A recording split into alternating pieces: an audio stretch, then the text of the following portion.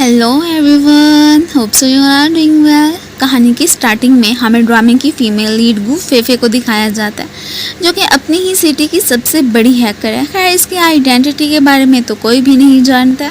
ये तो बस बुरे बिजनेसमैन को ही सबके सामने एक्सपोज करती है, मीन के उनका डाटा लीक करके।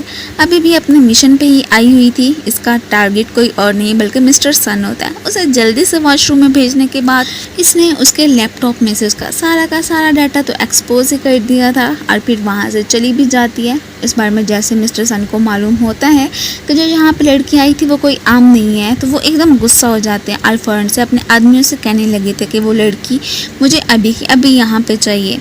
और बस फिर क्या था, इसने तो जल्दी से अपना गेटअप बॉयज़ वाला बना लिया होता है कि ये मुझे पहचानेंगे नहीं। बट नहीं, उनकी नज़र तो काफ़ी ज़्यादा तेज़ होती है। ये तो वहाँ से भागी निकली थी। अब तभी ही हमें हमारे हीरो शाओ जी को दिखाया जाता है, जो कि एक बहुत ही बड़ी कंपनी का प्रेसिडेंट है। मिलियनियर होने के साथ साथ बहुत ज़्यादा हैंडसम भी है। अब यहाँ पे अचानक ही इनकी नज़र कुछ सस्पिशियस से लोगों पे पड़ जाती है, जिन्होंने कि इन पे अटैक भी कर दिया था। अब असिस्टेंट समेत बॉडीगार्ड्स तो यहाँ पे उनसे फाइट ही करने लग गए थे और यहीं पे अभी तक वो फेफे भी फिर रही होती है। इससे पहले कि एक पर्सन शाओ जी पे हमला करता, अचानक ये आकर उसकी हेल्प कर देती है। अब गू फेफे को तो फाइटिंग करना आती थी, सो इसलिए अपने टैलेंट की वजह से उसने तो इन नमूनों को मज़े ही चखा दिया था। ये सब कुछ देख के हमारा हीरो तो इसकी स्किल से बहुत ही इम्प्रेस होकर रह जाता है और इसी दौरान ही अचानक ही फिसलने की वजह से इससे पहले कि ये नीचे गिरती, अब जैसे हमारे हीरो पकड़ते हैं तो कोइंसिडेंटली दोनों की किस भी हो गई थी। अब ये थोड़ी सी एम्बेरस होकर पीछे हो जाती है। फिर यहाँ पे वो अपने असिस्टेंट से कहता है कि इसे मेरा कार्ड दे दो, और ये भी कहने लगा था कि आई तुमने मेरी मदद की है तो अगर तुम्हें कभी ज़िंदगी में हमारी हेल्प चाहिए हो तो हम कर देंगे। ये तो अपने पीछे आदमियों को देख के वहाँ से भाग गई थी। हम जैसे ही शाओ जी उन लोगों को देखते हैं तो फ़ौरन से अपने गार्ड से कह के उन्हें यहीं पर रुकवा देते हैं कि चलो कम से कम इस लड़के की हेल्प हो जाएगी। अब तभी हमें फ्लैशबैक का सीन दिखाया जाता है कि एक बॉय का तो बहुत बुरी तरह से एक्सीडेंट हो गया था और वो कोई और नहीं बल्कि गू फेफे का ही भाई होता है। उसके ट्रीटमेंट और सर्जरी के लिए इसे पैसों की बहुत ज़्यादा ज़रूरत थी और अचानक ही इसकी फ्रेंड जिंग आके बैड न्यूज़ देती है कि यार तुम्हारा डाटा किसी ने लीक कर दिया तो इसलिए तुम्हें जॉब से फायर कर दिया गया। ये सुन के ये तो और ज़्यादा परेशान हो जाती है। अभी तो मुझे मेरे भाई के ट्रीटमेंट के लिए भी पैसे चाहिए थे, अब वो मैं कहाँ से लाऊंगी। और अचानक ही जैसे ही जिंग की नज़र बिजनेस कार्ड पे पड़ती है तो हैरान कि शाओ ये का बिजनेस कार्ड तुम्हारे पास कैसे आया। अब बस फिर क्या था, इसके सामने उसकी तारीफ़ों के पुल बांधने लग जाती है कि तुम्हें पता है कि वो सबसे यंग बिलियनर एंड काफ़ी ज़्यादा हैंडसम भी है और फिर परफेक्ट तो खैर वो है ही सही। हम मुझे तो ये भी पता चला है कि उसे गर्ल से कुछ खास ही नफरत है। मीन कि उसकी जो भी असिस्टेंट वगैरह ठहरी थी उसने सबको ही जॉब से फायर कर दिया हुआ है। ये सुनते ही यहाँ पे अचानक से आइडिया आ जाता है कि अच्छा, वैसे भी मैंने उसकी हेल्प कर दी थी तो उसके बदले में मैं उसकी कंपनी में बॉय बन के जॉब के लिए तो अप्लाई कर सकती हूँ। अब असिस्टेंट आके इसे यही बताता है कि जिस लड़के ने आपकी हेल्प की थी उसने यहाँ पे जॉब के लिए अप्लाई किया और साथ ही साथ हमारे कुछ गार्ड्स बहुत ज़्यादा ज़ख्मी हो गए थे तो इसलिए वो आज जॉब पे नहीं आ सके। अब इसने तो डिसाइड कर लिया था और असिस्टेंट से भी कह देते हैं कि उस बॉय से कह देना कि वो मेरा पर्सनल बॉडीगार्ड बन सकता है। अब यहाँ पे तो उसने उसकी सारी प्रोफाइल भी से चेक करवा दी थी। इधर ही गू फेफे ने अपने भाई का ही नाम यूज़ किया होता है। असिस्टेंट तो ओके कहता हुआ वहाँ से चले ही गया था। अब फिर इसी के साथ ही हमें फ्लैशबैक का सीन दिखाया जाता है कि एक दफ़ा एक ऑर्गेनाइजेशन ने कुछ बच्चों को किडनैप कर लिया था, जिसमें कि हमारा हीरो शाओ जी भी था और गू फेफे भी। तभी इन दोनों ने एक दूसरे का बहुत ही साथ दिया था और आज तक शाओ जी को गू फेफे की ही तलाश थी कि कभी तो वो मुझे मिलेगी और मैं फिर उससे शादी कर लूँगा। बस यही रीज़न था कि आज तक ना तो उसने कोई गर्लफ्रेंड बनाई थी और ना ही वो किसी लड़की को अपने नज़दीक आने दे सकता था। अभी भी बस उसे ही याद कर रहा होता है कि पता नहीं इस वक्त वो कहाँ पे होगी। फिर हमें गू फेफे को ही दिखाया जाता है जो कि बॉयज़ वाला गेटअप करके कंपनी में ही पहुँच आई होती है। अब यहाँ पे अपनी फ्रेंड जिंग से ही बात कर रही थी कि देखना, मुझे यकीन है कि शाओ जी को कभी पता ही नहीं चलेगा कि मैं एक लड़की हूँ और वैसे भी मैंने अपने भाई की आइडेंटिटी यूज़ की हुई है। इसकी फ्रेंड तो इसे फिर भी वार्न करती है कि देखो, अगर कभी उसे पता चल भी गया ना तो तुम्हारा ये फैलाया सारा रायता मैं नहीं समेटूंगी, समझी तुम। ये कहती है कि अरे ये क्या बातें कर रही हो, और तुम्हें पता भी है कि यहाँ पे कितनी ज़्यादा सैलरी है, इस तरह से तो मैं अपने भाई का अच्छे से ट्रीटमेंट करवा सकती हूँ। खैर वो तो फिर भी इस पे गुस्सा निकालती हुई फ़ोन डिस्कनेक्ट कर देती है, क्योंकि वो नहीं चाहती थी कि ये अपनी झूठी आइडेंटिटी से कहीं भी जाके जॉब करे। अब पीछे से जैसे ही शाओ जी को देखती है तो एकदम डर जाती है कि कहीं इसने मेरी सारी बातें सुन तो नहीं है। खैर उसने कुछ भी नहीं सुना था, वो जस्ट इसके क्लोज आके इसकी ड्रेस को चेक करता और यही कहने लगा था कि तुम्हें तो अपने लिए न्यू ड्रेसेस ही बाय करनी चाहिए। ये भी कह देती है कि ठीक है। अब नेक्स्ट हमें दिखाया जाता है कि उसने तो इसके लिए बहुत सारे ना सिर्फ कपड़े वगैरह खरीदे थे, इवन कि अपने घर में भी रहने के लिए एक रूम दे दिया था कि तुम मेरे पर्सनल बॉडीगार्ड हो तो इसलिए यहीं पे ही रहोगे। अब जैसे ये ड्रेस चेंज कर रही होती है तो इतने में ऊपर से वो भी आ जाता है। अब इन साहब ने तो दरवाज़ा नॉक किया ही नहीं होता है तो वो बेचारी संभल ही नहीं पाती। अब यहाँ पे इसका क्लोज आके यही पूछने लगा था कि वैसे सच सच बताओ कि तुम मुझसे कोई चीज़ छुपाने की कोशिश कर रही हो ना। अब ये अपनी आइडेंटिटी के बारे में उसे तो नहीं बता सकती थी, जानती थी कि ये लड़कियों से कितना ज़्यादा हेट करता है। इसे यहाँ पे एक शरारत सोचती है, उसका ध्यान भटकाने के लिए यहाँ पे उससे फ्लर्ट करने की कोशिश करने लगी थी। वो हैरान कि एक लड़का मुझसे फ्लर्ट क्यों कर रहा। अब तभी ऊपर से मेड ने भी इन दोनों को ऐसे देख लिया था। वो तो बस शाओ जी को यही कहने के लिए बुलाने आई थी कि आपको ग्रैंडपा ने बुलाया है। ये ग्रैंडपा तो यही चाहते थे कि तुम जल्द अज जल्द शादी कर लो, और फिर उन्होंने तो इसके लिए एक ब्लाइंड डेट का भी अरेंज किया होता है कि मुझे यकीन है कि तुम निराश नहीं करोगे। और वैसे भी उस छोटी बच्ची को अभी तक भूल क्यों नहीं जाते, हो सकता है कि वो मर गई होगी। इसकी तो फिर भी ना ही होती है। ये तो ग्रैंडपा से यही कहने लगा था कि फ़र्ज़ करें कि अगर वो मर भी गई है तो मैं भी कभी भी शादी नहीं करूँगा, और ये कहता हुआ वहाँ से चला जाता है। इसकी बातें तो यहाँ पे गू फेफे ने भी सुन ली होती हैं और वो हैरान होती है कि ओहो, तो इसका मतलब है कि बॉस कोई फेफे नामी लड़की को ही पसंद करते हैं। खैर पता नहीं वो कौन होगी। अब ये अपनी ब्लाइंड डेट पे आ गया था। वो लड़की जैसे इसका हाथ पकड़ती है, यहाँ पे इसने उसकी फ़ोटो क्लिक कर ली थी और ये उसका फ़ौरन से हाथ झटक देता है और फिर यहाँ से जाते हुए इसे यही कहने लगा था कि तुम मेरे पर्सनल बॉडीगार्ड हो ना, तो इसलिए तुम्हें तो ये सारी चीज़ों को हैंडल करना ही चाहिए। लेकिन इस वक्त तो ये अपनी फ्रेंड से बात करने में बिजी होती है और वो ये देख के हैरान था। खैर अचानक कि इससे पहले कि एक आदमी की टक्कर इससे होती, उसे बचाने के चक्रों में ये उसके क्लोज आ जाती है। अब वो फिर इसका हाथ पकड़ लेता है कि मुझे सच सच बताओ कि क्या तुम मुझसे कुछ छुपाने की कोशिश कर रही हो। मैंने तुम्हें देखा था कि तुम्हारी चेस्ट बहुत ज़्यादा बड़ी हुई थी, ये कोई नॉर्मल तो नहीं है। ये बेचारी बहुत ज़्यादा परेशान हो जाती है कि ओह नो, कहीं मैं पकड़ी तो नहीं गई। लेकिन खैर वो तो यहाँ पे हमदर्दी दिखाने की कोशिश करने लगा था कि तुम्हें ना अपना कोई ट्रीटमेंट करवा लेना चाहिए, उसके लिए मैं पैसे दे दूँगा। ये सुन के अब ये थोड़ी सी इमोशनल हो जाती है कि ओह मिस्टर शाओ आप तो बहुत ज़्यादा अच्छे हैं, उसे हक भी कर लेती है। ये सब कुछ देख के वो तो स्माइल ही करने लगा था। अब जैसे ही असिस्टेंट की नज़र पड़ती है, वो बेचारा तो एकदम शॉक में कि क्या आज तक ये किसी लड़कियों को तो अपने क्लोज आने नहीं देते हैं, तो अचानक इस लड़के के इतने क्लोज कैसे आ गए। थोड़ी देर के बाद ही वो शाओ जी के ऑफिस पहुंचा हुआ था। उसके लिए कोई गिफ्ट लिए फिर रहा होता है कि ये गू फैन जैन ने आपके लिए ही स्पेशल भिजवाया, आपको एक्सेप्ट करना चाहिए। मीन के अब पहले वाली लड़की की तरह एक और लड़की भी इसके पीछे ही पड़ रही होती है। ये भी कोई ख़ास भाव नहीं देता है कि जाके फेंक दो। अब ये बात तो यहाँ पे इसने अच्छे से नोटिस कर ली थी और वो इसे समझाने लगती है कि देखिए आपको किसी का गिफ्ट जो रिजेक्ट नहीं करना चाहिए, ये इतनी अच्छी तो है, आप इसे पहन ले। लेकिन वो मना कर देता और ये भी कहने लगा था कि वैसे अगर तुम्हें ज़्यादा पसंद आई है तो क्यों ना ये तुम ही पहन लो। ये देख के अब फिर से असिस्टेंट का फेस उतरा हुआ कि ये क्या बात हुई, बॉस मुझे भी तो दे सकते थे। खैर ऊपर से तभी गू फैन जैन की एंट्री हो जाती है। वो जैसे ही अपना गिफ्ट अब फिर गू फेफे के हाथों में पहना हुआ देखती है तो बहुत ज़्यादा शॉक रह गई थी। अब यहाँ पे ये उससे थोड़ी साइड पे जाके बात करने लगती है कि देखो मुझे लगता है कि शाओ जी मीन के मेरे बॉस आपको पसंद करते हैं, इसलिए तो उन्होंने वैसे तो आपका गिफ्ट एक्सेप्ट नहीं किया लेकिन मुझे पहना दिया है कि हर वक्त बस उनकी इसी पर ही नज़र रहेगी। अब ये खुश हो जाती है कि मैं तो पहले ही जानती थी कि ये मुझसे बहुत ज़्यादा लव करता है। अब जैसे उसके क्लोज जाने की कोशिश करती है तो वो खुद को इससे दूर कर देता है।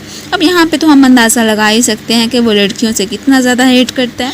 आज की रात इसने किसी डिनर पार्टी में जाना था तो इसलिए वहाँ पे अपने साथ गू फेफे को भी आने को बोलने ही लग जाता है। अब इधर हमें पार्टी का ही सीन दिखाया जाता है। ये गर्ल्स वॉशरूम में आई थी तो इसलिए फिर छुपने की कोशिश करने लगती है कि अगर किसी ने मुझे देख लिया तो क्या समझेंगे कि मैं एक बॉय हूँ और यहाँ पे क्या कर रहा हूँ। इधर इस मैडम ने आज की रात फिर शाओ जी की ड्रिंक में कुछ मेडिसिन मिलाने का सोच लिया था कि वो काफ़ी ज़्यादा ड्रंक हो जाएगा, मैं उसका फ़ायदा उठा लूँगी।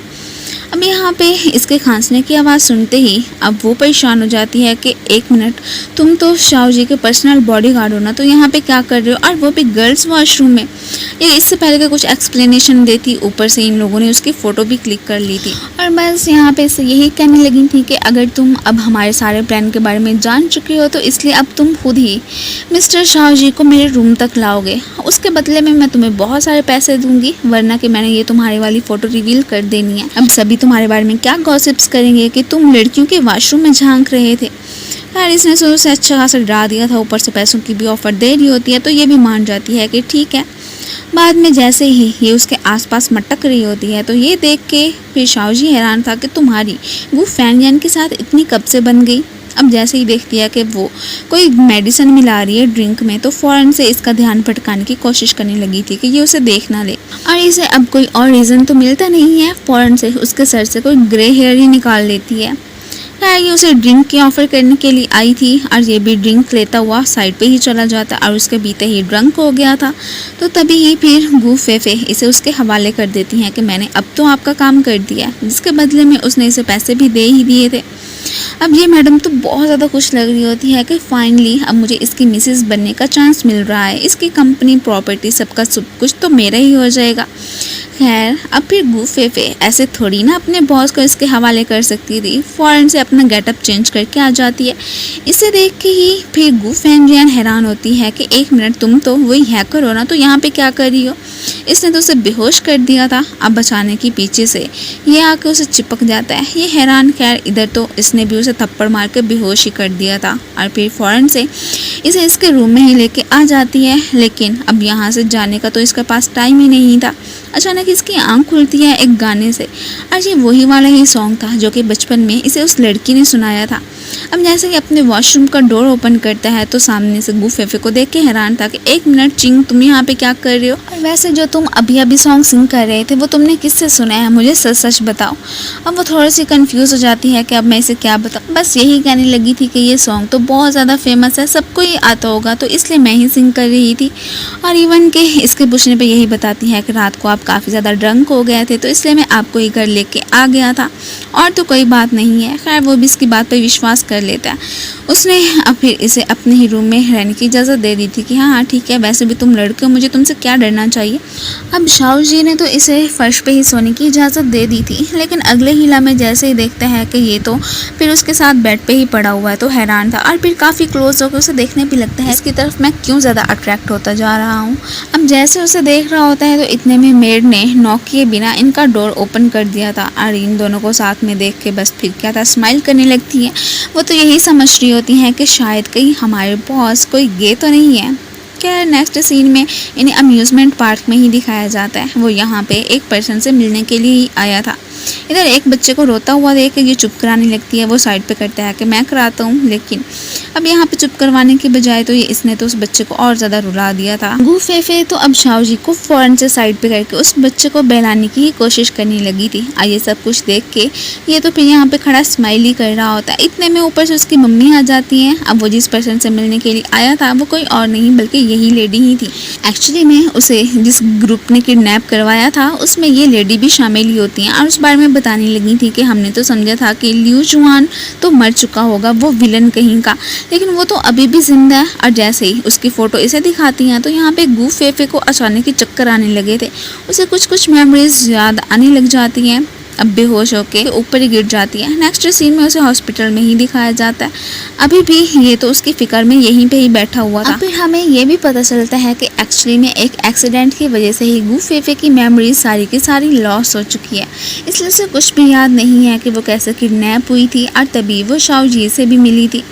खैर अभी ये उसे उसका हालचाल पूछ ही रहा होता है तो ये अपने फिर दर्द होने का बहाना बनाने लग जाती है। वो इसे पैसे देने लगा था कि ये तुम्हारे लिए काफ़ी रहेंगी, तुम अपना अच्छे से ट्रीटमेंट करवा लेना। ये सब तो असिस्टेंट ली भी देख रहा होता है। बेचारा बहुत ज़्यादा अपसेट हो जाता है कि ये क्या बात हुई, बॉस ने तो कभी आज तक मुझे इतने सारे पैसे नहीं दिए और उसे पकड़ा भी दिए। और फिर हमें फ्लैशबैक में दिखाया जाता है कि तब गू फेफे ने शाओजी को एक पेंडेंट देने के साथ साथ कोई धागे वाली निशानी भी दी थी कि अगर हम कभी फ्यूचर में मिलेंगी भी सही तो इन सबको देख के पहचान लेंगे। और फिर अब वही वाला ब्रेसलेट बंधा हुआ हमें गू फेफे के भाई के हाथ में ही दिखाया जाता है। उसकी सर्जरी होने के लिए जा रही थी। अब ये जैसे ही कंपनी में बैठा होता है तो तभी ऊपर से असिस्टेंट ली की एंट्री हो जाता है, जो कि इसे बताने लगा था कि आपने जो मुझे सर्च करने को बोला था वो मुझे मालूम हो चुका है। वैसे लियू साहब तो यहाँ पे नहीं है जिस पर्सन की कि वो ऑर्गेनाइजेशन को चलाते हैं, बच्चों को किडनैप करते हैं, लेकिन हाँ मुझे इतना पता चल गया कि उसके क्लोज वाला पर्सन कौन है। आप उससे जाके पूछ सकते हैं कि इस वक्त लियू कहाँ पे है। अब नेक्स्ट सीन में हमें इसे मिस्टर सन के पास से बैठे हुए दिखाया जाता है। ये तो वही पर्सन होता है जिससे कि टारगेट गू फेफे नहीं बनाया हुआ था। अब तब उसने इसकी हेल्प कर दी थी तो इस वजह से वो तो शाओजी पे बहुत ज़्यादा भड़क जाता, अपने आदमियों से कहने लगा था कि इस आदमी को पकड़ो। तभी ऊपर से फिर हमारी हीरोइन की भी एंट्री हो जाती है। वो तो इनसे आके फाइट करने लगी थी कि मेरे बॉस को ज़रा टच करके तो दिखाओ। और बस फिर क्या था, शाओजी को लेके भाग जाते। उसे जैसे ही पता चला था कि अकेले ही बॉस इस वक्त मिस्टर सन से मिलने के लिए गया तो वो उनका ख्याल रखते हुए यहाँ पे आ गई थी कि हो ना हो कि वो कोई मुसीबत में ही ना फंस जाए। दोनों एक जगह पे छुपे हुए होते हैं, इसे अंधेरे से डर लगता है। ये बहुत ज़्यादा घबरा गया था। अब इससे पहले कि इसकी आवाज़ सुन के वो सारे दुश्मन इनकी तरफ अट्रैक्ट होते, उसे चुप कराने के लिए इसे मजबूरी में फोर्सफुली से किस करनी ही पड़ जाती है। और ये सब कुछ देखते हुए ना इसे ज़रा भी अच्छा नहीं लगा था। साइड पे आके उसे काफ़ी ज़्यादा डांटने लगता है कि तुम अपनी लिमिट नहीं क्रॉस कर रहे हो, आइंदा के बाद ज़रा तो ऐसी हरकत करके तो मुझे दिखाना। इवन कि इस बेचारी को उसने काफ़ी ज़्यादा डांट दिया था। और इसके बाद थोड़ा सा अफसोस भी होने लगता है कि यार मुझे ऐसी बातें तो नहीं करनी चाहिए थी। एक तरह से तो वो मेरी हेल्प भी तो कर रहा था। अब घर पे आके ये बेचारी थोड़ी सी इमोशनल हो जाती है। अब यहाँ पे हमें पता चलता है कि एक्चुअली में इसे शाओजी से लव हो चुका है, लेकिन ये भी तो जानती है कि उसके दिल में पता नहीं कौन सी फेफे नामी लड़की है और उसके होते हुए वो तो कभी भी मुझे नहीं अपनाएंगे। इधर हमें इस बेचारे को दिखाया जाता है काफ़ी ज़्यादा परेशान हो रहा था और एम्बैरेस्ड भी और गिल्टी भी फील करने लगता है कि मुझे ऐसे ही खामखा में चिंग से वो बातें नहीं करनी चाहिए थी। अब मुझे हर हाल में उसे मनाना ही होगा। और फ़ौरन से असिस्टेंट ली को कॉल मिलाता है कि देखो सारे के सारे एम्प्लॉय से पूछो कि उन्हें किन किन जगह पे जाना पसंद है और क्या क्या चीज़ें वो लाइक करते हैं। अब ये जैसे ही देखती है कि अब उन्हें तो एक एम्प्लॉय लिस्ट बना के बॉस को सेंड करनी है तो काफ़ी हैरान होती है। अब उसने तो लिस्ट में अपना कोई क्यूट सा स्टफ टॉय का ही नाम लिखा हुआ था जो कि इसने बाय तो कर लिया होता है, लेकिन बहुत ज़्यादा कंफ्यूज भी लग रहा होता है कि ये आखिर मैं चिंग को कैसे दूंगा, वो मेरे बारे में क्या सोचेगा, पता नहीं ये एक्सेप्ट भी करेगा कि नहीं। अभी इसी बारे में सोच ही रहा होता है कि ऊपर से असिस्टेंट को आते देख के फ़ौरन से अपना स्टफ टॉय छुपा लेता है, क्योंकि अभी फ़िलहाल तो किसी को ये नहीं दिखाना चाहता था। इधर ये तो आके उस पर गुस्सा ही करने लग जाती है कि देखो चिंग, मुझे लगता है कि तुम ज़रूर गू फेफे के साथ मिले हुए हो, उस हैकर के साथ। अब मुझे सच सच बताओ कि उस दिन तुमने ही उसे बुलाया था। ये कहता है कि अरे नहीं नहीं, ऐसी तो कोई बात नहीं है। इन दोनों को बातें करते हुए जैसे ही ये देखते हैं ना तो एकदम सरप्राइज था कि आखिर ये गू एंड जैन के इतने क्लोज कब से आ गया।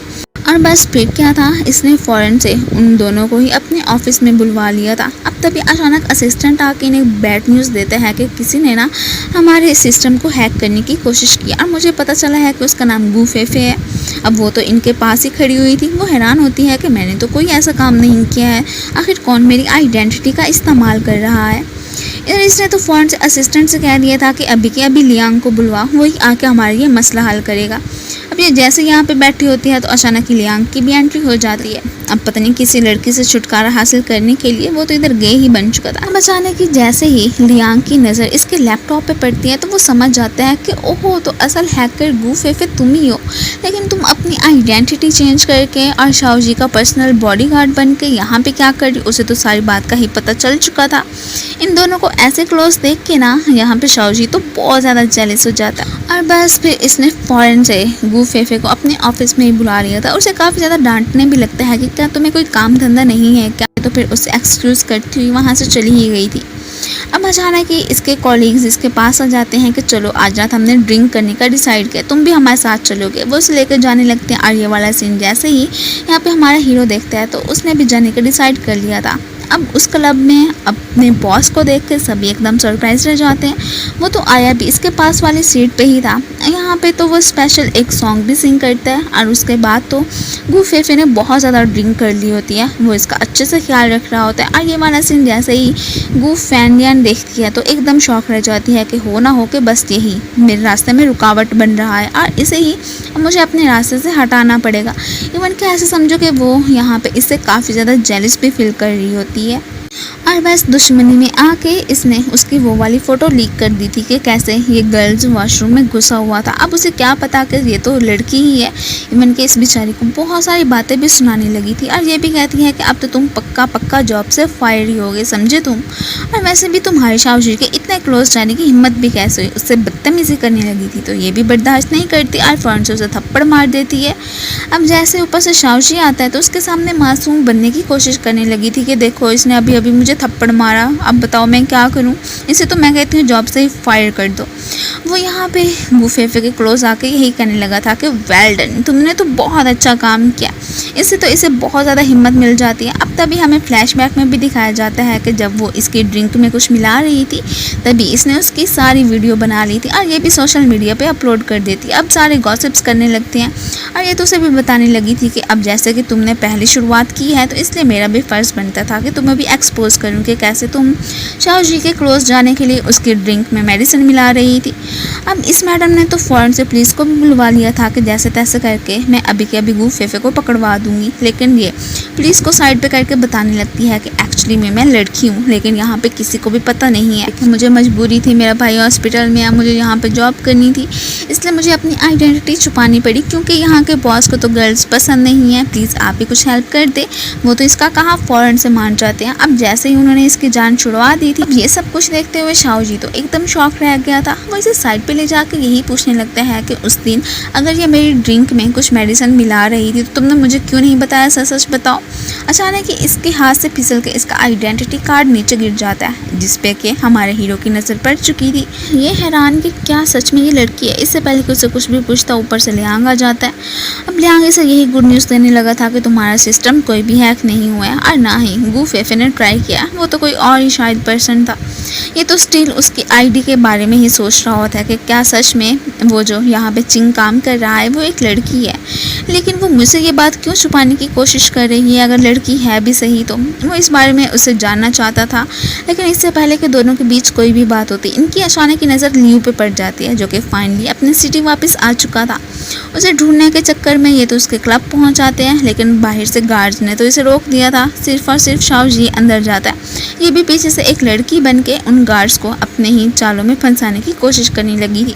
शाहजी खैर उससे बिजनेस की थोड़ी ना बात करने के लिए आया था। अब खैर वो यहाँ पे इसे अपने साथ ड्रिंक करने को बोलता है। अब यही वो लियू साहब थे जिन्होंने कि उन बच्चों को किडनैप भी किया था और इसके पास हमें एक इसकी बेटी को भी दिखाया जाता है जो कि कोई और नहीं बल्कि वो फैन यानी होती है। और इस बारे में फ़िलहाल तो हमारे हीरो को ज़रा भी नहीं पता था। ड्रिंक पीते ही वो बेहोश। अब यहाँ पे इसके डैडी से कहने लगे थे कि तुम इसके साथ चाहे जो भी करना चाहती हो कर सकती हो।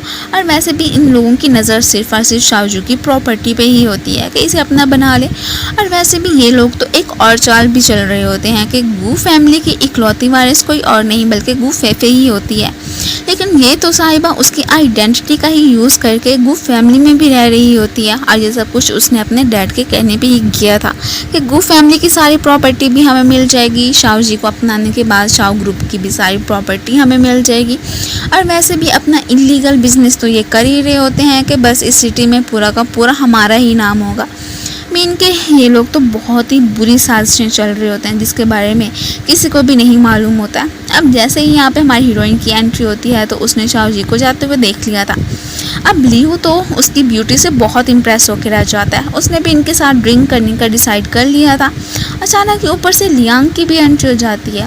अब जो उसे कहने लगी थी कि देखो बस थोड़ी देर के लिए यहाँ पे मेरा बॉयफ्रेंड बनने का प्रिटेंड कर लो, इसके बाद तुम्हारे साथ बस एक दफ़ा मैं प्रॉमिस करती हूँ कि डेट पे भी चलूँगी। वो भी मान जाता है। अब यहाँ पे लियो साहब तो इन्हें वार्न करने लग जाते हैं और लियांग से कहने लगा था कि चुपचाप इस लड़की को यहाँ पे छोड़ के चले जाओ, समझे तुम। लेकिन तभी अचानक ही उसे बैड न्यूज़ मिलती है कि अभी अभी उनके इस क्लब पे पुलिस ने धावा बोल दिया। वो तो उल्टा गुस्सा करते हुए चले गए थे कि तुम लोगों को मैं बिल्कुल नहीं छोड़ूंगा।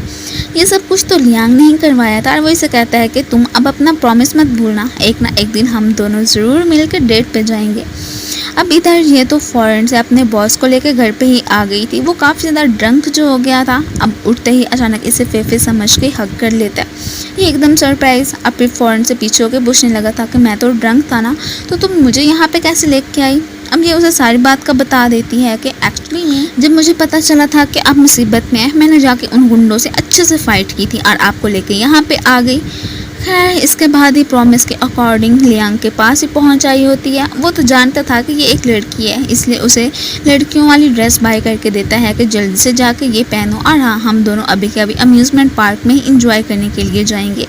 अब यहीं पे ही हमारा हीरो बिजनेस के लिए आया था। उसकी नज़र जैसे लियांग पे पड़ती है कि एक मिनट, ये इस लड़की से बात कर रहा है, प्ले बॉय कहीं का, ये अपनी हरकतों से बाज नहीं आएगा। अब फिर जैसे ही उस लड़की की शक्ल देखते हैं तो बस उसे देखते ही रह जाता है। ये कोई और नहीं बल्कि हमारी क्यूट सी हीरोइन गू फेफे जो होती है। आज पहली दफ़ा ही वो इसे इस गेटअप में देख रहा था और बस उसे देखते ही रह जाता है। अब इसे अंदाज़ा हो जाता है कि इसका मतलब कि मेरा शक सही था, कि मेरी पर्सनल बॉडीगार्ड लड़का नहीं बल्कि एक लड़की ही है। लेकिन उसके पास आके फिर उसके सामने ये शो नहीं करवाता कि जैसे कि इसने उसे पहचान लिया। बस यही कहने लगा था कि मैंने तो बस ये वाले रूमर सुने थे कि लियांग को बहुत ज़्यादा शौक है कॉस्प्लेस का, मुझे नहीं पता था कि वो तुम्हें भी यूँ लड़कियों वाला ड्रेसअप करवा देगा। ये सब सुनते ही ये थोड़ी सी अब भी रिलीफ फील करती है कि शुक्र है कि इन्हें पता नहीं चला, वरना फिर मैं क्या कहती यार, वैसे भी इन्होंने मुझे जॉब से फायर कर देना था। वो इसे लेके अब साइड पे ही आ जाता है और ये बेचारा लियांग पीछे से उसे ढूंढते ही रह गया था और काफ़ी अपसेट भी हो गया था। अब अचानक के कुछ इन्फॉर्मेशन लेके असिस्टेंट इसके पास से आ गया था कि आपको पता है कि आपके साथ साथ एक गू फैमिली की भी लड़की थी जो कि उस वक्त उनके नेपर्स के हाथों विक्टिम बनी हुई थी। अगर आप चाहें तो उनकी फैमिली से जाके इस बारे में पूछ सकते हैं। ये भी मान जाता है कि ठीक है, अभी के अभी चला जाऊँगा। अब अचानक ही यहाँ पे असिस्टेंट ली की नज़र तो गू फेफे पे भी पड़ी चुकी होती है। इधर एक पर्सन आके इसे बैड न्यूज़ देता है कि अभी के अभी आपका क्लब सील हो चुका है।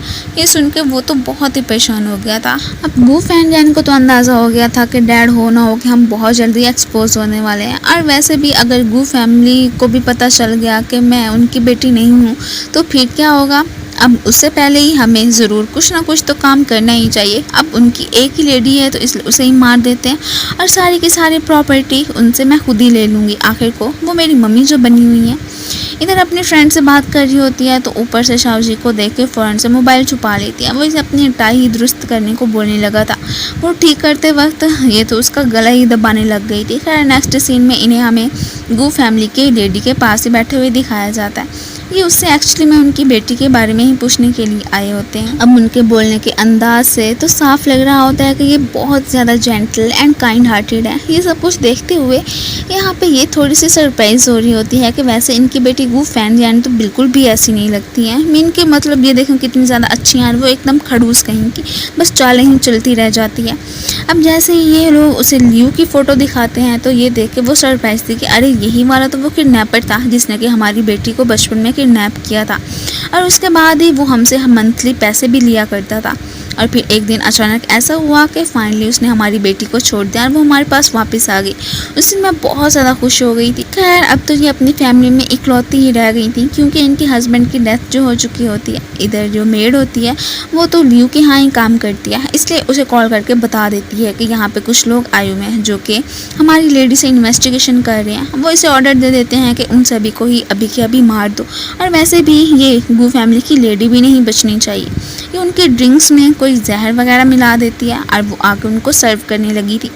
इधर इसे कोई जूसेस पसंद नहीं थे तो इसलिए मिस्टर शाओशू से कहती है कि ये प्लीज़ आप ही पी लें, लेकिन उसे भी ये जूसेस पसंद नहीं थे तो वो लेने से इनकार कर देता। और इसी दौरान ही इनकी नज़र मिसेस गू पे पड़ती है जो कि बेहोश हो चुकी थी। अब बस फिर क्या था, ये तो उस मेड को पकड़ लेती है कि ये सारा क्या तरह तुम्हारा ही है ना, किसके कहने पे किया है तुमने आखिर। वो इससे पहले कि इस पर अटैक करती सामने से शाओजी आ जाता, उसके हाथ पे चोट लग गई थी। अब नेक्स्ट सीन में हम हमें इन्हें हॉस्पिटल में ही दिखाया जाता है, जो कि इसे तसल्ली दे रहा था कि देखो तुम्हें मेरे लिए टेंशन लेने की ज़रूरत नहीं है, मेरा हाथ तो कम्प्लीटली ठीक हो चुका है। और बाकी रही मिसेस गू, तो उन्हें इन्होंने हॉस्पिटल में ही एडमिट करवा दिया हुआ था। असिस्टेंट ली ने जो भी डाटा इकट्ठा किया था वो सारा का सारा आके शाओ जी को ही पकड़ा देता है कि एक्चुअली में लियो साहब एक ऑर्गेनाइजेशन को चलाते हैं जहाँ पे कि वो हर साल ही उन बच्चों को किडनैप करते हैं जो कि बहुत बड़ी फैमिली से बिलोंग करते हैं, और उसके बाद ही उनके पेरेंट्स को ब्लैकमेल करने के बाद पैसे वसूल करते रहते हैं और कुछ अरसा बाद उन बच्चों को छोड़ देते हैं। और बस ऐसे ही इलीगल से काम वो करते आ रहे हैं और आज तक पकड़े भी नहीं गए। बस उन्हीं का ही तो विक्टिम हमारा हीरो भी बना था, और इवन के गू फेफे भी, जिसका कि अंदाज़ा ये लगा भी नहीं पाया। चलो कभी तो इसे सच्चाई का पता चलेगा। और इसी के साथ ही ये सीन तो कट हो जाता है। अगले हीला में हमें फिर गू फैन जेन को दिखाया जाता है, जो कि हॉस्पिटल में अपनी मम्मी को ही देखने के लिए आई थी, जो कि एक्चुअली में उसकी मम्मी थोड़ी ही ना होती हैं। अब नर्स के सामने तो यूँ प्रिटेंड करती है कि मेरी मम्मी को क्या हो गया, कब ये ठीक होंगी वगैरह वगैरह, लेकिन उसके जाते ही इसका एटीट्यूड देखने वाला होता है कि ये बुढ़िया बहुत जल्दी मरी जाए और इवन के मरने से पहले सब कुछ मेरे नाम ही कर जाए। अब अचानक कि ये जैसे ही एक फाइल में चिंग का नाम देखता है तो हैरान था कि आखिर चिंग को क्या हो गया, और उसे देखने के लिए जाना तो चाह रहा था, लेकिन नर्स इसे रोकने की कोशिश करती है। अब उसे क्या पता कि अंदर लेटा पड़ा चिंग एक्चुअली में गू फेफे का ही तो भाई है। अब उसने तो अपने भाई की आइडेंटिटी ली हुई थी। शाओ जी पे तो गू फेफे की भी नज़र पड़ गई थी और वो हैरान होती है कि आखिर इसे क्या हो गया। जैसे ही पूछने के लिए आती है वो तो फ़ौरन से इसे हक कर लेता है कि शुक्र है कि तुम्हें कुछ हुआ नहीं है। मीन के वो गू फेफे की केयर करने लगा था, और इस बात का अंदाज़ा तो यहाँ पे इसे अच्छे से हो चुका होता है। अब इसने भी इन्वेस्टिगेशन करने के लिए कुछ बंदे हायर किए हुए थे, जो कि कॉल करके गू फैन जैन को बता देते हैं कि एक्चुअली में शाओ जी का बॉडीगार्ड एक लड़का नहीं बल्कि एक लड़की ही है, और वो भी सबसे फेमस हैकर गू फेफे। ये सब सुनते एकदम शॉक रह जाती और यही कहने लगी थी कि उसका बंदोबस्त तो मुझे अब करना ही पड़ेगा। अब यहाँ पे बातों ही बातों में ये पूछ लेती है कि वैसे फेफे है कौन, जिसके बारे में कि आप अक्सर जिक्र करते रहते हैं और इवन कि आपने अपनी गर्लफ्रेंड भी नहीं बनाई है। तो शाओ जी उसे बताने ही लगा था कि जब मैं किडनैप हुआ था तो वहाँ पे मुझे इंस्पायर करने वाली सिर्फ और सिर्फ एक वही थी, और साथ ही साथ वो मेरा काफ़ी ज़्यादा हौसला भी बनती रही थी। इन दोनों की ये बातें तो गू फैन जैन ने भी सुन ली होती हैं, और बस फिर क्या था, उसे तो एक आइडिया आ जाता है कि क्यों ना फेफे बन के अब मैं शाओ जी का दिल जीतने की कोशिश करूँ। ये बेचारी थोड़ी सी सैड होकर बैठी ही होती है कि अचानक ही नर्स आके इसे गुड न्यूज़ देती है कि आपके भाई को होश आ चुका है। ये तो फ़ौरन से अपने भाई से मिलने के लिए आ चुकी थी। वो तो उठते ही फिर इसे थैंक यू बोलने लगा था, और साथ ही साथ इसे एक सीक्रेट भी बताता है कि मैं आपका बायोलॉजिकल भाई नहीं हूँ। यही बताने लगा था कि एक दफ़ा मेरे पेरेंट्स को आप मिल गई थी, आपके माँ बाप का कोई पता नहीं चला क्योंकि आपकी मेमोरी जो चली गई थी, और उसके बाद उन्होंने आपको अडॉप्ट कर लिया। एंड देन मेरा एक्सीडेंट हो गया, फिर मेरे मॉम डैड भी नहीं रहे और मैं भी कोमा में चला गया। अब पहले तो मैं आपको बता नहीं सका तो इसलिए यही बता रहा हूँ। खैर ये भी कहता है कि वैसे भी अब आपको मेरी ज़्यादा टेंशन लेने की ज़रूरत नहीं है, वैसे भी मैं कौन सा आपका सगा भाई हूँ। ये सब सुन के वो एकदम शॉक तो रह जाती है, लेकिन ये भी कहने लगी थी कि कैसी बातें कर रहे हो, वैसे भी मेरे भाइयों की तरह ही हो। मुझे नहीं पता है कि मेरे माँ बाप कौन है, लेकिन फिर भी मैं तुम्हारा अच्छे से ख्याल रखूँगी जैसे कि पहले रखा आया करती हूँ। ये सुनते ही वो तो काफ़ी ज़्यादा इमोशनल हो जाता है और साथ ही साथ इसे थैंक यू भी बोलने लगा था। रात को खैर अपने पेरेंट्स को याद करके काफ़ी ज़्यादा इमोशनल भी हुई बैठी होती है कि पता नहीं वो लोग कौन है, मेरी मेमोरी कब वापस आएगी। अब ज़ाहिर है इंसान को अफसोस तो होता ही है कि इसने अपनी ज़िंदगी में पेरेंट्स को देखा ही नहीं है। अभी तो इसी गम में बैठ के काफ़ी ज़्यादा ड्रंक हो ही चुकी होती है कि अचानक ही कोई डोर बेल बजाता है। जैसे ही बाहर देखती है तो वहाँ पे कोई और नहीं बल्कि शाओ जी ही आया था, जो कि इसका हाल चाल पूछने के लिए इधर आया होता है। क्या जैसे इसे बहुत ज़्यादा ड्रिंक करते देखते हैं तो खुद ही इससे लेके वो वाली वाइन पीने लगा था, और साथ ही साथ इसे वार्न भी करता है कि ऐसा मत करो, ये अब मज़ीद बर्दाश्त नहीं कर सकते। और उसे हक करके ये बताने लगी थी कि मैं लड़का नहीं बल्कि एक लड़की हूँ। ये सुन के वो भी कह देता है कि ये तो ऑलरेडी मैं पहले से ही जान चुका हूँ, तुम्हें बताने की ज़रूरत नहीं है। वो अब खुश हो जाती है कि चलो शुक्र है कि आप फिर भी मेरे साथ नाइस बनते आए, इवन कि मुझे जॉब से भी फायर नहीं किया है। इस वक्त तो शाओ जी को इसके साथ बहुत ही अच्छा फील हो रहा था। अगले दिन कंपनी में गू फैन यान की एंट्री होती है। अब उसने जो भी प्लान बनाया था उसके लिए वो फुल तैयार थी। इसे आके जेड पेंडेंट दिखाती है कि बचपन में यही तुमने मुझे दिया था ना, मैं भी विक्टिम बनी थी। उस वक्त वो किडनैपर्स मुझे भी किडनैप करके लेके गए थे और जो लड़की हमेशा से ही तुम्हें तसल्ली दिया करती थी वो कोई और नहीं बल्कि मैं ही हूँ। ये सुनते ही वो तो एकदम सरप्राइज रह जाता है। खैर ये तो उसे हक करके इमोशनल भी हो गई थी कि फाइनली हम दोनों मिल चुके हैं। मैंने तो पहले इसलिए नहीं बताया था कि तुम बिलीव नहीं करोगे, लेकिन अब टाइम आ चुका है। इन दोनों को साथ में तो यहाँ पे गू फेफे भी देख लेती है और वो फिर क्या ही कहती है। अब उसे भी पता चल गया था कि चलो शाओजी को उसकी फेफे मिल ही गई और वो कोई और नहीं बल्कि गू फैन जैनी है। बाद में ये मैडम तो उसे इसके बॉडीगार्ड के खिलाफ भड़काने के लिए आ चुकी थी कि मैंने इन्वेस्टिगेशन करवाई और मुझे पता चला है कि वो जो हैकर है गू फेफे एक्चुअली मैं वही यहाँ पे तुम्हारा सिस्टम को हैक करने के लिए ही आई थी। और फिर देखो उसने अपनी आइडेंटिटी भी छुपाई है। ये सुनते ही वो सरप्राइज कि क्या गू फेफे जो कि इतनी बड़ी हैकर है और वाकई में वो मुझे नुकसान पहुँचाने के लिए आई है। फ़ौरन से गू फेफे को बुलाता है और यही पूछने लगा था कि जो मैं अभी सुन रहा हूँ क्या ये सच है। वो बेचारी तो एकदम सरप्राइज रह जाती है और इसे कहती है कि हाँ बिल्कुल मैं हैकर थी, लेकिन मैं यहाँ पे तुम्हारा कोई सिस्टम हैक करने के लिए नहीं आई थी। इवन कि मुझे तो अपने भाई के ट्रीटमेंट के लिए पैसों की ज़रूरत थी, तभी मैंने ये जॉब की है। और हाँ वैसे भी मैं तो बहुत ही ज़्यादा बुरे लोगों को एक्सपोज करती हूँ, अच्छे आदमियों को थोड़ी ना ऐसे मैं उनका डाटा लीक कर सकती हूँ। लेकिन वो यकीन नहीं करता है, इवन कि उसने इसे जॉब से भी फायर्ड कर दिया था। ये सब कुछ देखते हुए ये इमोशनल होकर चली जाती है कि आखिर इसने मेरी कोई भी एक्सप्लेनेशन क्यों नहीं सुनी है। अब बाद में जैसे उसके क्लोज जाती है वो इससे दूर हो जाता है। खैर अभी भी उसे यकीन नहीं आ रहा था कि क्या सच में जिस फेफे को मैं कब से ढूंढ रहा था वो गू फैन जैनी है और मैंने जो आज गू फेफे को यहाँ से फायर कर दिया उसके बाद मुझे बुरा क्यों लग रहा है। मुझे ऐसा नहीं करना चाहिए था। वैसे भी वो हमेशा मुझे प्रोटेक्ट ही तो करती आई थी। इधर ये अपनी फ्रेंड जिंग जिंग के पास पहुंची होती है, उसे सारी बात कब बता देती है और ये भी कहने लगी थी कि मुझे ये अफसोस नहीं है कि मुझे शाओजी को छोड़ना पड़ रहा है, बल्कि यही है कि वो जो मंथली मुझे इतनी ज़्यादा सारी पेमेंट दिया करता था वो अब मैं कहाँ से लाऊंगी। उसकी फ्रेंड उसे तसल्ली देती है कि अरे डोंट वरी, इतने सारे पैसे तो मैं ही तुम्हें दे दिया करूँगी। वो अब खुश हो जाती है कि जिंग जिंग तुम तो बहुत ही ज़्यादा अच्छी हो। जैसे ही गू फैन जैन के साथ शॉपिंग करने के लिए आया था इसका ध्यान तो कहीं और ही होता है। ये तो बस हर पल गू फेफे को ही याद किया करता है, लेकिन स्टिल उससे मिलने के लिए गया ही नहीं था। आज तो लंच पे लियांग ने गू फेफे को ही इनवाइट किया होता है और उससे पूछने लगता है कि मुझे पता चला है कि तुम्हें शाओजी की कंपनी से निकाल दिया गया। मेरे पास तुम्हारे लिए एक ऑफर है कि तुम मेरे यहाँ आके काम कर सकती हो। वो बेचारा खुद इसे बहुत ज़्यादा पसंद जो करने लगा था, लेकिन ये उसकी बातों को इग्नोर कर देती है। अब तभी गू फैन जैन और शाओजी यहीं पे आ जाते हैं और उनकी नज़र भी इन पे पड़ ही चुकी थी। अब जैसे ही वो देखती है कि गू फैन जैन शाओजी को खाना खिला रही है तो बहुत ज़्यादा जेलिस फील करती है। ये बात तो लियांग ने अच्छे से नोट कर ली थी कि इसका मतलब है कि ये शाओजी को पसंद करने लगी है। और फिर कहता है कि चलो ठीक है अभी हम अंदाज़ा लगा लेते हैं कि वो भी तुमसे लव करता है कि नहीं। फ़ौरन से उसके क्लोज ही आ गया था और यूँ प्रिटेंड करता है कि जैसे कि इसे किस कर रहा हो। ये वाला सीन देखते ही शाओजी तो जेलिस फील करता हुआ चला गया था। पीछे से ये उसका हाथ पकड़ के यहाँ पे खींच देती है कि ये तुम क्या करने की कोशिश कर रहे थे। जैसे ही साइड पे जाती है तभी शाओजी इसे अपने हाथों ही ले लेता है कि सच सच बताओ कि आखिर क्या तुम लियांग को पसंद करती हो, तुम दोनों रिलेशनशिप में आ चुके हो और वैसे भी मेरी कंपनी में आने के पीछे तुम्हारा कोई ना कोई तो मिशन था ही सही ना। ये उसे कह देती है कि ऐसी कोई बात नहीं है, मैंने सब कुछ पहले से ही बता दिया हुआ है कि मैं अपने भाई के ट्रीटमेंट के लिए ही वहाँ पर आई थी ताकि मुझे पैसे मिल सके और उसका इलाज करवा सकूँ। लेकिन ये मानने को तैयार नहीं होता। जैसे उसके क्लोज आता है ये उसे फ़ौरन से साइड पर कर देती है।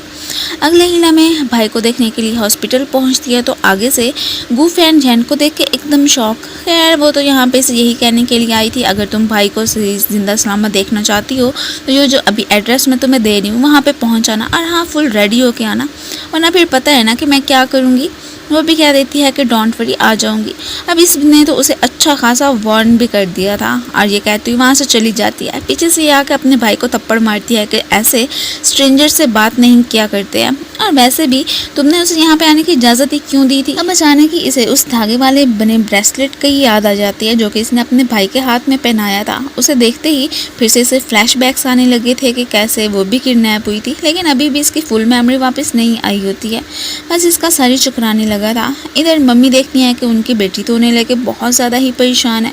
खैर अब उन्हें क्या पता कि ये उनकी रियल वाली डॉटर थोड़ी ना है। अब उसे कहने लगी थी कि तुम्हारे डैड ने तो यही सोचा था कि अपनी प्रॉपर्टी को वो फिर डोनेट ही कर देंगे, लेकिन फिर भी मैंने बहुत हिम्मत करके 10% शेयर्स तुम्हारे नाम करवा दिए थे। ये सुन के इसे तो गुस्सा आ जाता है कि क्या सिर्फ और सिर्फ 10% शेयर्स। खैर अभी फ़िलहाल तो उन्हें क्या ही कहती। शाओ जी के दिल में तो अब सिर्फ और सिर्फ गू फेफे ही थी, इसलिए उसने असिस्टेंट को ही कह दिया हुआ था कि मुझे हर पल की खबर देते रहना कि गू फेफे कहाँ पे जाती है वगैरह वगैरह। अब वो उसे बता देता है कि मैंने पता करवाया है कि वो तो लियू वाली प्लेस पे ही जा रही है। ये सुन के वो सरप्राइज़, और बस फिर क्या था, इसने भी उसके पीछे जाने का डिसाइड कर लिया था। जैसे ही होटल पहुँचती है तो सामने से लियू को बातें करते हुए सुनती है। अब तो इसकी कन्फ्यूजन और ज़्यादा बढ़ गई थी कि एक मिनट, गू फैनजैन ने मुझे यहाँ पे क्यों बुलवाया, और वैसे भी वो तो गू फैमिली से बिलोंग करती है ना, तो फिर उसका लियू जैसे बैड पीपल्स के साथ क्या कनेक्शन। हो ना हो, कोई ना कोई तो गड़बड़ी ज़रूर है जिसका कि मैं पता चला के रहूँगी। अभी भी इन ख्यालों में खोई ही होती है। खाना कि कोई इसके शोल्डर्स पे हाथ रखता है, ये डर जाती है। खैर पीछे से कोई और नहीं बल्कि शाओ जी ही था, जो कि इससे पूछ रहा था कि तुम इधर क्या कर रही हो।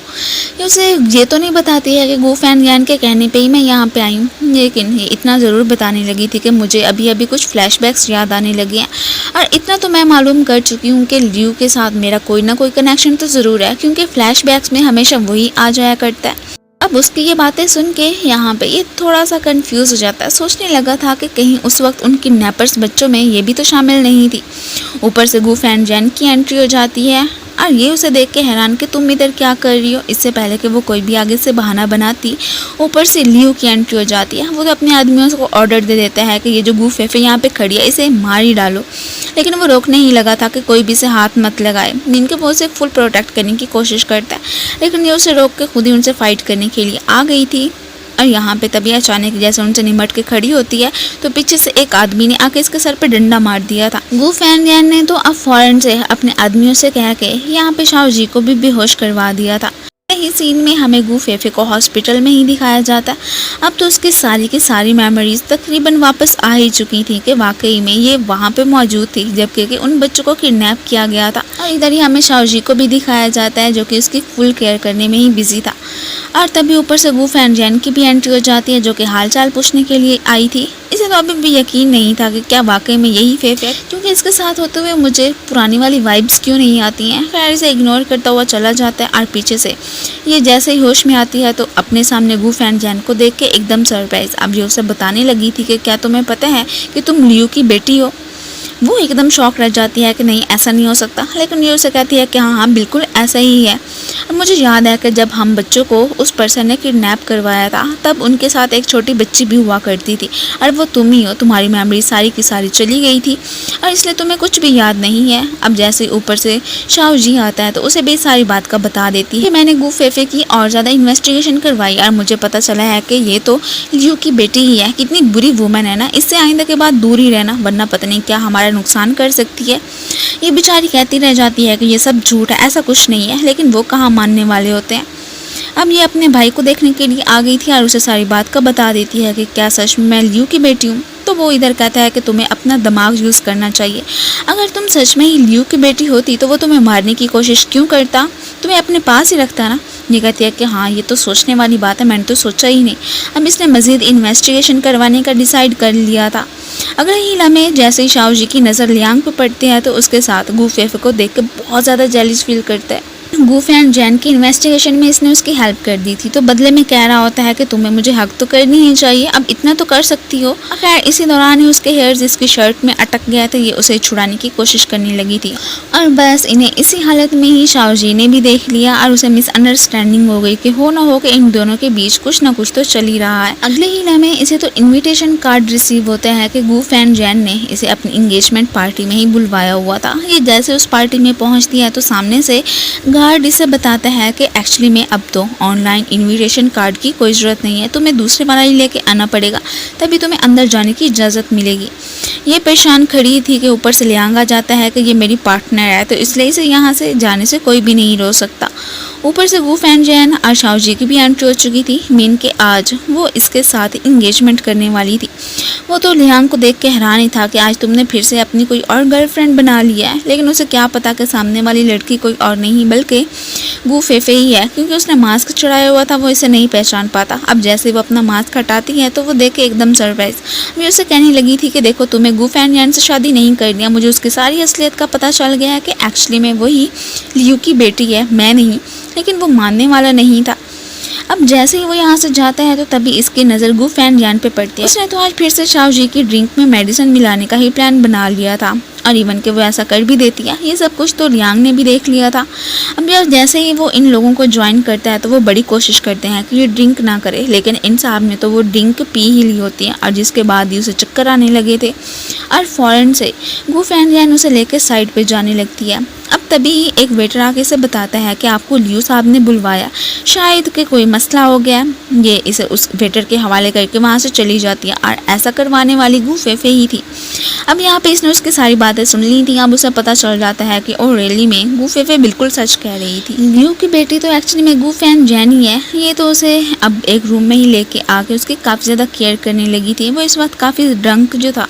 अब यहाँ पे वो इसे अपने आड़ों हाथों लेता है। यही कहने लगा था कि तुमने क्या समझा था कि सच में मैं गु फैनयान से शादी कर लूँगा? नहीं, ऐसी बात नहीं है। मैं सिर्फ और सिर्फ तुमसे लव करता हूँ और तुमसे ही शादी करूँगा। एंड देन दोनों इंटीमेट हो जाते हैं। अगले दिन जैसे इसकी आँख खुलती है तो तब ये फिर सो ही रहा था। वो बड़े प्यार से इसे देखने लगती है। अचानक इसके फ़ोन में किसी का मैसेज आ जाता है। ये परेशान हो गई थी और फिर फ़ौरन से इसे वहाँ से जाना ही पड़ जाता है। अगले दिन उठते ही ये थोड़ा सा हैरान तो होता है कि अभी अभी तो गु फेफे मेरे साथ थी, तो फिर कहाँ पर चली गई। ऊपर से गु फैनयान की एंट्री हो जाती है जो कि इसे बताने लगी थी कि तुम सच में अपनी लवर को बचाना चाहते हो तो अपनी सारी की सारी प्रॉपर्टी हमारे नाम कर दो। मैं तुम्हें जिस जगह का बता रही हूँ वहाँ पे आ जाना, सारे डॉक्यूमेंट्स हमें दे देना और उसके बदले में अपनी प्यारी सी लवर गु फेफे को वहाँ से लेकर चले जाना। इसने भी डिसाइड कर लिया था कि ठीक है, मैं सब कुछ तुम लोगों के नाम कर दूँगा। अगले ही सीन में गु फेफे को देखने के लिए आ गया था। इस मैडम ने गु फेफे को ही सुबह सुबह मैसेज कर दिया था कि तुम्हारा भाई हमारे कब्जे में है, उसे लेने के लिए आना। लेकिन जैसे ये बेचारी आगे आई थी तो वहाँ पे कोई नहीं था और इन लोगों ने उसे किडनैप कर लिया। इसी के ही बहाने से उन्होंने इसकी जो भी कंपनी होती है और सारी की सारी प्रॉपर्टी होती है वो अपने नाम ही करवा ली थी। और वो भी इन सारी बातों की कोई फिक्र नहीं करता कि बस गु फेफे को ही जिंदा छोड़ना चाहिए, बाकी मुझे किसी चीज़ की भी ज़रूरत नहीं है। अब तभी इतने में ऊपर से लियू की भी एंट्री हो जाती है जो कि इन्हें बताने ही लगा था कि पास्ट में उसने जिन बच्चों को किडनैप किया था उसमें गु फेफे भी शामिल थी। मीन के अब इसकी जो फ्रेंड हुआ करती थी, तसल्ली दिया करती थी, वो कोई और नहीं बल्कि गु फेफे ही थी जिसे कि वो कब से ढूंढ रहा था। ये सुनते ही वो एकदम सरप्राइज रह जाता है और यहाँ पे जल्दी से गु फेफे ने खुद को रस्सियों से आज़ाद कर लिया था और इन पे अटैक कर देती है कि जैसे तैसे करके हम दोनों इनके चुंगल से भाग ही जाएं। लेकिन एक आदमी तो चाकू से इस पे हमला करने ही वाला होता है कि सामने से शाओ जी आ जाता है कि चलो फाइनली अब तो मैंने तुम्हें प्रोटेक्ट कर ही लिया। और उसे इस हालत में देख के ये बेचारी तो बहुत ही ज़्यादा इमोशनल हो गई थी। एंड देन इसी के साथ ही ये सीन तो कट हो जाता है। फिर हमें कुछ अरसे बाद गु फेफे को ही दिखाया जाता है। इन लोगों ने तब तो उन गुंडों को पुलिस के हवाले कर ही दिया था। उनका अंजाम तो वही हुआ जो कि हर बुरे काम करने वाले का होता है। तब तो फिर शाओ जी की इतनी ज़्यादा कंडीशन ख़राब हो गई थी कि उसे ट्रीटमेंट करवाने के लिए अब्रॉड भिजवा दिया गया था। उसके बाद से ये अपनी मम्मी की ही कंपनी संभालने लगी थी। इसे पता चल गया था कि एक्चुअली में ये खुद ही तो गु फैमिली से बिलोंग करती है। यहाँ पे मम्मी आके इसे यही बताने लगती हैं कि देखो बेटा, अब तुम रिच बन चुकी हो और वैसे भी हर बिजनेसमैन के कोई ना कोई तो दुश्मन होते ही हैं, इसलिए तुम्हारी प्रोटेक्शन के लिए मैंने एक बॉडीगार्ड का अरेंज करवा दिया है, सो इसलिए प्लीज़ मना मत करना। अब ये भी चुप कर जाती, उन्हें क्या ही कहती। और यहाँ पे मॉम असिस्टेंट को एक इशारा करती हैं और ये दोनों वहाँ से चले ही जाते हैं। तो तभी पीछे से ऊपर से शाओ जी की एंट्री हो जाती है। अब इसे मालूम होता है कि उसका बॉडीगार्ड कोई और नहीं बल्कि शाओ जी ही है। वो इतने अरसे के बाद अब्रॉड से कम्प्लीटली ठीक होकर अब वापस आ चुका था। गु फेफे तो शाओ जी को देख के बहुत ज़्यादा ही खुश हो गई थी। एंड देन इसी के साथ ही इस ड्रामे की हैप्पी एंडिंग हो जाती है। Thank you for watching. So मिलते हैं फिर नेक्स्ट वीडियो में, तब तक के लिए गुड बाय एंड अपना ख्याल रखना।